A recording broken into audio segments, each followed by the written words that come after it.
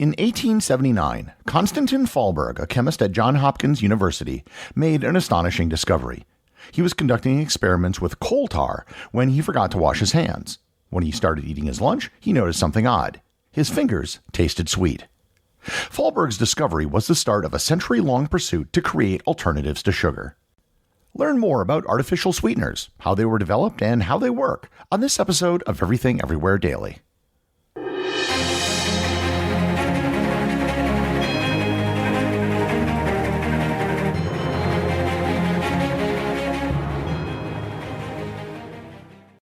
Mobile phone companies say they offer home internet.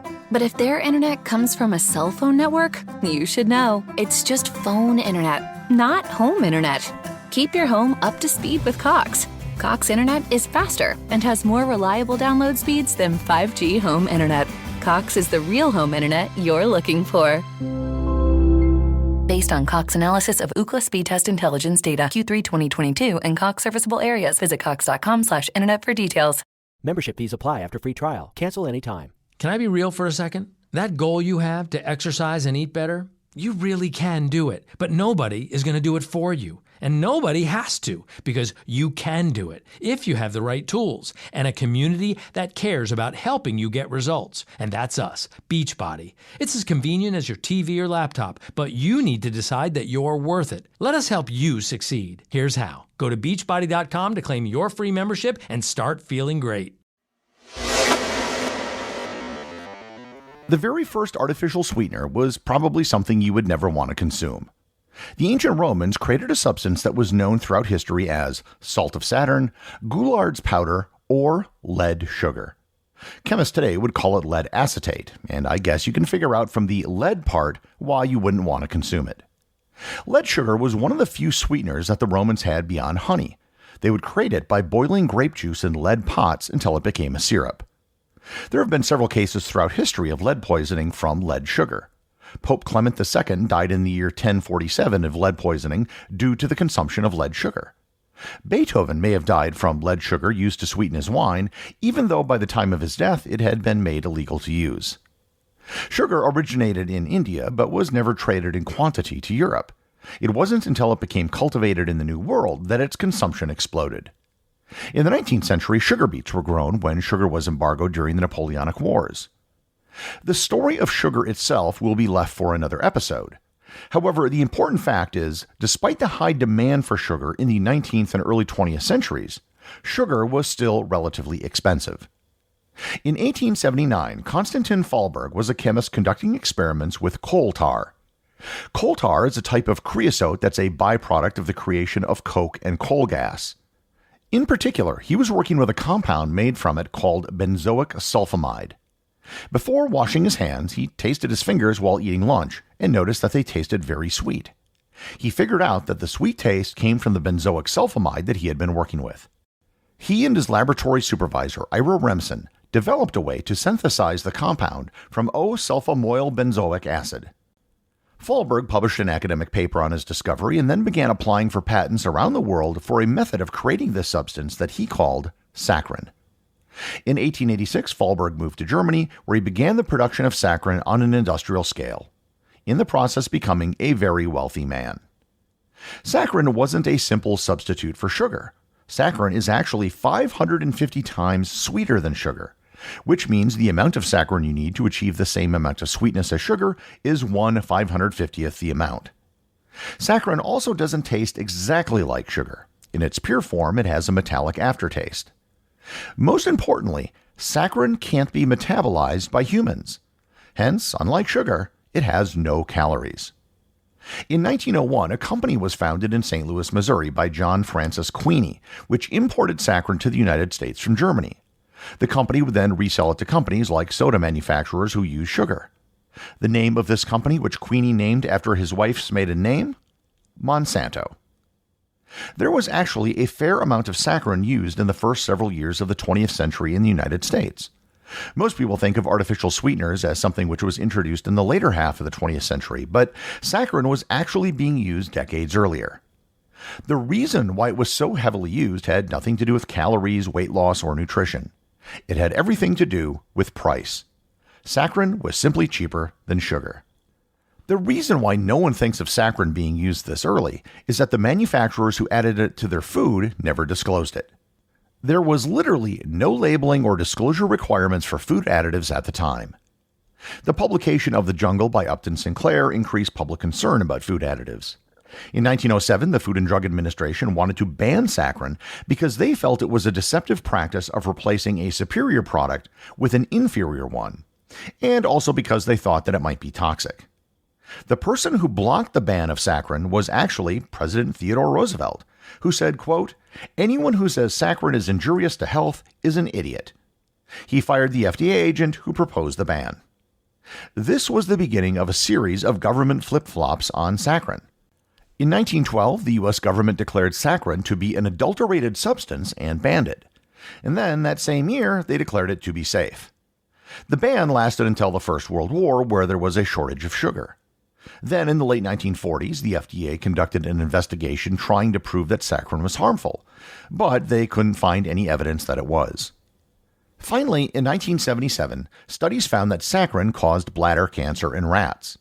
The FDA wanted to ban saccharin completely, but compromised on simply putting a warning on the packages that said, quote, "Use of this product may be hazardous to your health. The product contains saccharin which has been determined to cause cancer in laboratory animals." The warning was eventually dropped in the year 2000 when new research found that humans didn't react the same as rats to saccharin. While saccharin was the first artificial sweetener, it's hardly the only one. In fact, it's only the third most popular artificial sweetener in use today. The most popular brand of saccharin is Sweet and Low. The next major artificial sweetener which was discovered was cyclamate. As with saccharin, the discovery of cyclamate was an accident. In 1937, a University of Illinois graduate student named Michael Sevda was working on synthesizing a drug when he took a puff of a cigarette that was sitting nearby, and it tasted sweet. Cyclamate is only 50 times sweeter than sugar, making it less potent than other artificial sweeteners. Cyclamate was approved as being generally safe in 1958, and it was soon followed by the first diet soft drinks.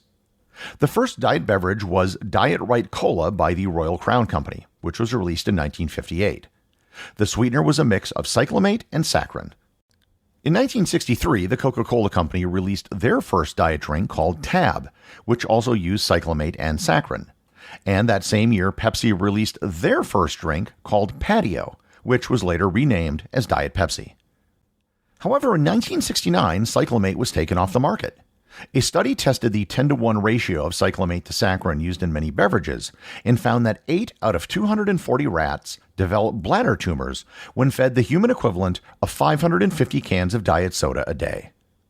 Today, cyclamate is banned in the United States, but it's still approved for use in most countries around the world, including the EU. In 1965, aspartame was discovered. Once again, the story is almost the same as the other sweeteners I've mentioned. Chemist James Shatler was working on developing an anti-ulcer drug when he licked his fingers to pick up a piece of paper and found that it was sweet. Aspartame is approximately 200 times sweeter than sugar, and of all the approved artificial sweeteners, has the taste closest to sugar. Technically, aspartame doesn't have 0 calories. It does actually have 4 calories per gram, but because it's so sweet, the amount needed results in a negligible amount of calories used. Aspartame was approved for general use in 1981 and quickly became one of the most popular artificial sweeteners.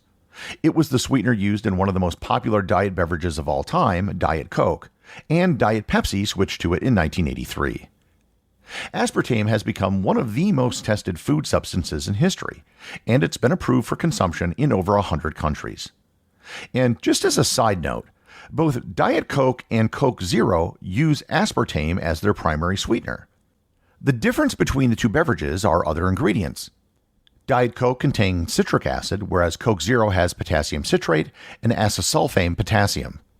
Aspartame is often sold by itself under the brand name NutraSweet. The final of the big 4 artificial sweeteners to be discovered was sucralose. In 1976, chemists Leslie Howe and Shashikant Phagnis at Queen's College in London were researching compounds of chlorinated sugar.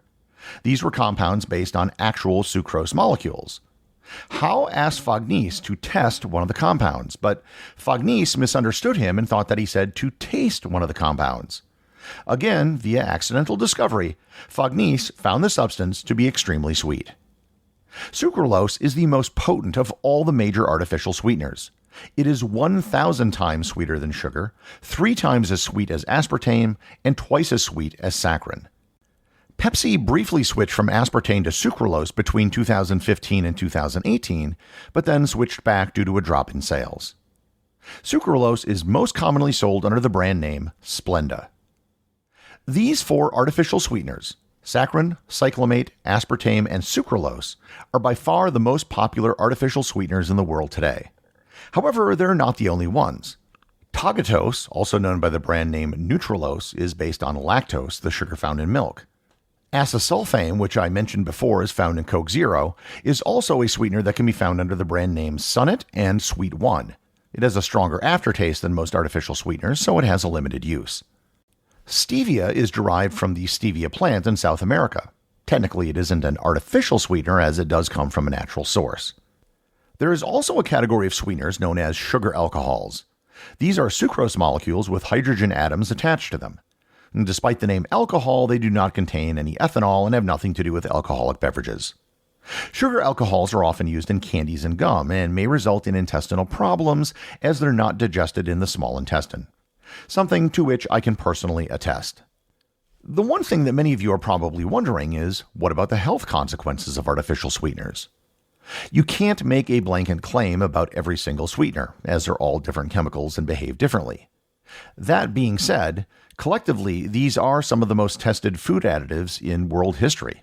They have been given thousands of tests conducted over the better part of a century by hundreds of governments and institutions. Furthermore, given the incredibly large number of people who consume them, there appears to be no evidence of any link to cancer, which is what most tests are looking for. That being said, one of the biggest concerns which has arisen in recent years has been the effect artificial sweeteners have on obesity. This is something that really no one expected, and there hasn't been much research on it because the entire point of artificial sweeteners is that they have 0 or fewer calories. And certainly if there are no calories, how could it cause obesity? One theory that's been proposed is that even though these molecules are not metabolized like glucose, they may still create a similar response in the body due to either the sweet taste or maybe due to a reaction in the gut microbiome. This, however, is not a health podcast, and given the time constraints, it would be impossible to do the issue justice. And considering the current state of research, I'm not even sure if there's a conclusive answer which can be given anyhow. Artificial sweeteners have become big business. They can be found in a wide number of products, including some that you might not even realize have artificial sweeteners in them. It's estimated that artificial sweeteners are an $8 billion global business today. As big as it is, it's still 4.5 times smaller than the global sugar industry.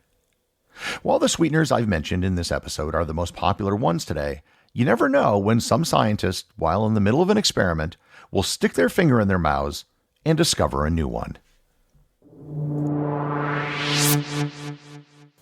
The executive producer of Everything Everywhere Daily is Charles Daniel. The associate producers are Thor, Thomsen, and Peter Bennett. I just want to thank everyone, including the show's producers, who support the show over on Patreon. If you'd like to support the show, just head over to patreon.com, which is currently the only place where you can get show merchandise. Also, if you want to talk to other listeners about the show, head over to our Facebook group or Discord server, both of which have links in the show notes.